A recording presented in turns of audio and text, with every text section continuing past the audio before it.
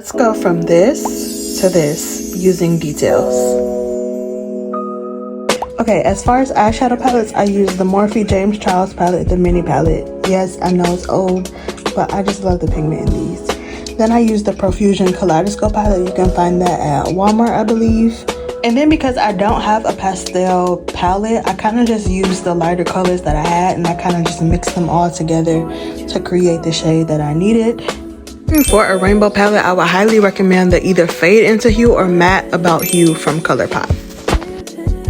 Alright, let's get into this look. Now, I am taking every shade that I've used in my color case and I'm just finding it in my eyeshadow palette and I'm just tapping it over and blending out the edges. So here I'm going to tap on that orange and then I'm going to blend out the edges with the next lighter color. So the next lighter color for this is going to be yellow. So I'm going to take yellow and let me sit my stupid ass down. Bro, what am I doing? Scary. I take my yellow now and I'm going to use that to blend out the edges of the orange shadow and blend it up closer and closer to the brow bone.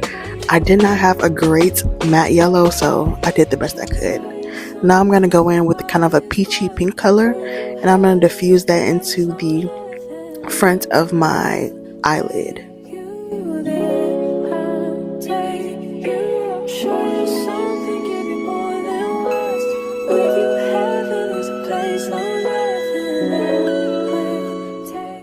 Here I'm taking a magenta light color just to deepen out my outer corner and give myself a bit more definition. I'm going to take that and then start blending it outward toward my outer V.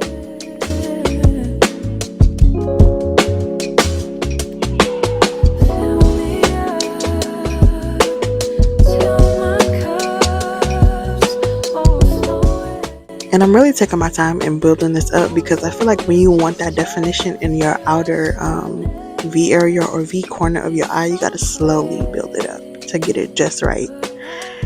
And then eventually I'm going to go in and take a darker purple shade and intensify it even further and push it out even further. And then go back in with the light purple. So right here you see me tapping on that dark purple and I'm making sure it's in the right spot before I truly start to blend it and diffuse it on out.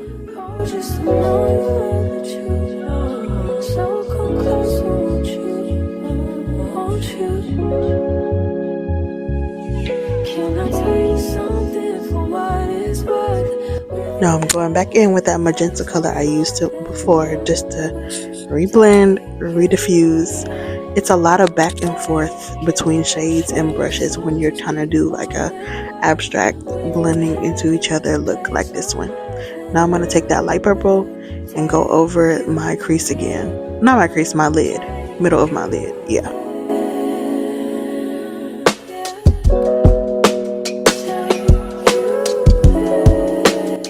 And then I'm taking the same brush and I'm going in with my peachy orangish colors that are going to be in the front or the first third of my eyelid, just to diffuse it all together. And I kind of want the colors to kind of run together and be more blended.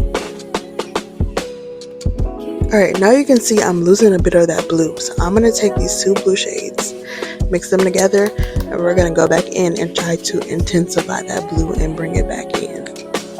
And because this is a smaller area and it's not in the crease, I'm kind of like lightly tapping and then lightly blending into the other colors.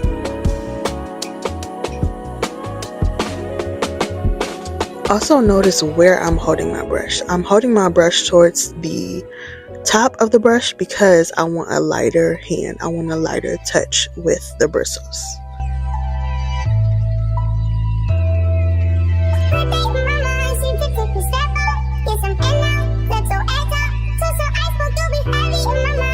Okay, moving on. Right here you're going to see me do the same exact thing but with green. I'm going to take that green and I'm going to build up this green brow bone highlight that I started out with.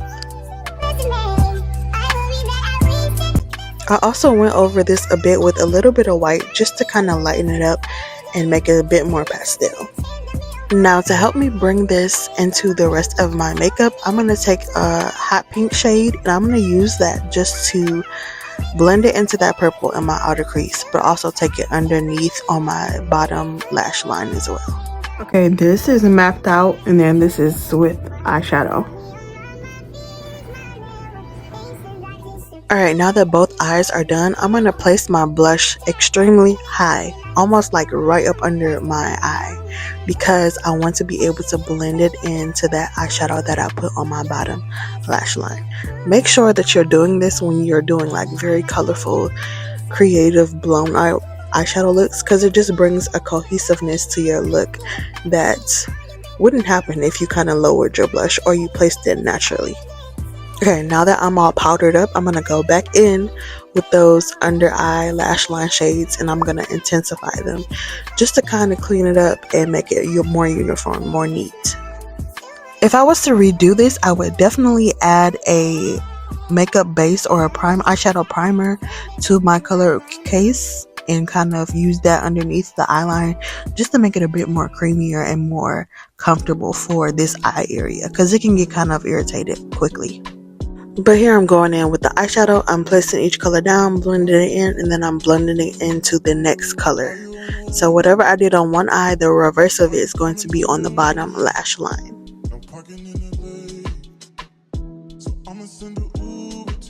And y'all, I don't know what it is, but whenever I'm working on my lower lash line, I have to open my mouth. If not, my eyes are going to water, I promise you. I don't know what the science behind it is, but I just cannot do it without opening my mouth somehow.